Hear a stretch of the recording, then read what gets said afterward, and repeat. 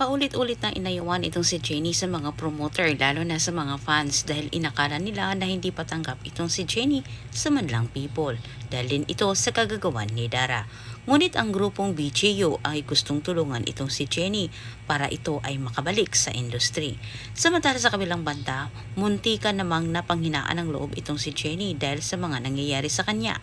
Dahil din isa sinabi ni Bana na malaki ang kanyang suspecha na si Dara ang nasa likod sa pagbabago ng isip ng producer. Agad namang napagtanto ni Jennie na hindi siya dapat sumuko at gusto niyang ipakita na hindi dapat magtagumpay si Dara at Megan sa paninira sa kanya. Pinayuhan naman itong si Jennie sa kanyang matalik na kaibigan kasama ang kanyang ina na maaring pwedeng kausapin o mano nila ang grupong BGU para matulungan siya. Samantala sa kabilang banda, nadismaya naman itong si Nate dahil sa desisyon ni Monica. Kahit may alam na ito sa kasalanang ginawa ni Megan, wala pa rin itong ginawa para makabalik si Jennie. Sinabi ni Nate sa kanyang ina, kailangan umano nilang linisin ang pangalan ni Jennie dahil lugmok na ito sa kasalanang hindi naman ginawa niya.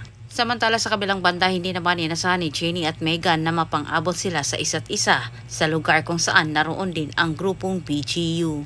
Kahit walang ginawa itong si Jennie kay Megan, kanya itong pinagtulakan at pinagtabuyan na tila ito ay nagbabadya na natatakot itong si Megan na maunahan ni Jennie kumbinsihin ang grupong BGU. Sa kabutihang palad sa hindi inasahang pagkakataon ay nasaksihan sa nasabing grupo ang ginawa ni Megan dito kay Jennie. Siyang naging dahilan para tanggihan ng grupong BGU itong si Megan at ipinagtapat sa harap ng dalaga na si Jennie ang kanilang napili. Sobrang nadismaya naman itong si Megan at gigil na gigil dito kay Jennie. Ang maldita mas lalong ginaganahan na muling siraan itong si Jennie. Naglabas ng sama ng loob itong si Megan dito kay JC.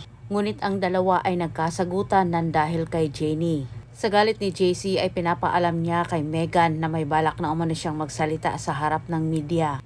Itatama na umano niya ang ginawa niyang mali dito kay Jennie. Sa ganitong paraan ay matulungan niyang makabalik itong si Jennie sa industry.